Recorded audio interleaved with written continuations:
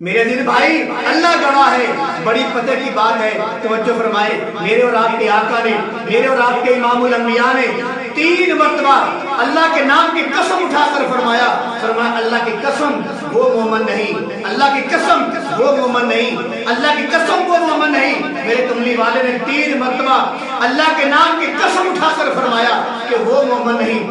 کون مومن نہیں؟ توجہ فرمائیں۔ میرے اور آپ کے آقا نے فرمایا کہ جس کی وجہ سے اس کا ہمسایہ تنگ ہو، جس آدمی کی وجہ سے اس کا ہمسایہ امن میں نہ ہو، فرمایا وہ مومن نہیں ہو سکتا۔ یہاں مسلمان کی بات ہو رہی ہے، جس مسلمان کی وجہ سے اس کا ہمسایہ تنگ ہو وہ مومن نہیں ہو سکتا۔ اگر کافر کی بات ہوتی، عیسائی تو پہلے مومن نہیں ہے، یہودی تو پہلے مومن نہیں ہے، نصرانی تو پہلے مومن نہیں ہے، مجوسی تو پہلے مومن نہیں ہے، کافر تو پہلے مومن نہیں ہے۔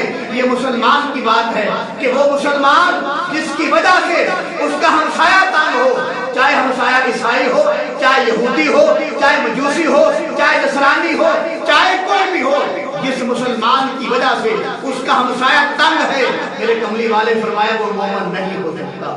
یہ ہے میرے کملی والے کا اسلام، یہ ہے میرے کملی والے کا پیغام، یہ ہے میرے محمد مصطفیٰ کو اسوہ حسنہ۔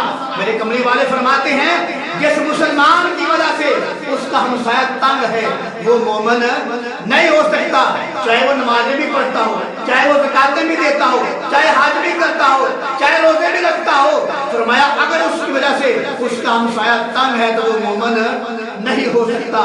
اللہ کے پیغمبر نے فرمایا، امام الانبیاء نے فرمایا ہمسائے کے حق کے بارے میں، اللہ کے پیغمبر نے فرمایا کہ میرے پاس جبرائیل علیہ السلام ہمسائے کا حق لے کر اتنی مرتبہ آئے، اللہ کے نبی نے فرمایا میں ڈرنے لگا کہیں وراثت کے اندر ہمسائے کا حق نہ بنا دیا جائے۔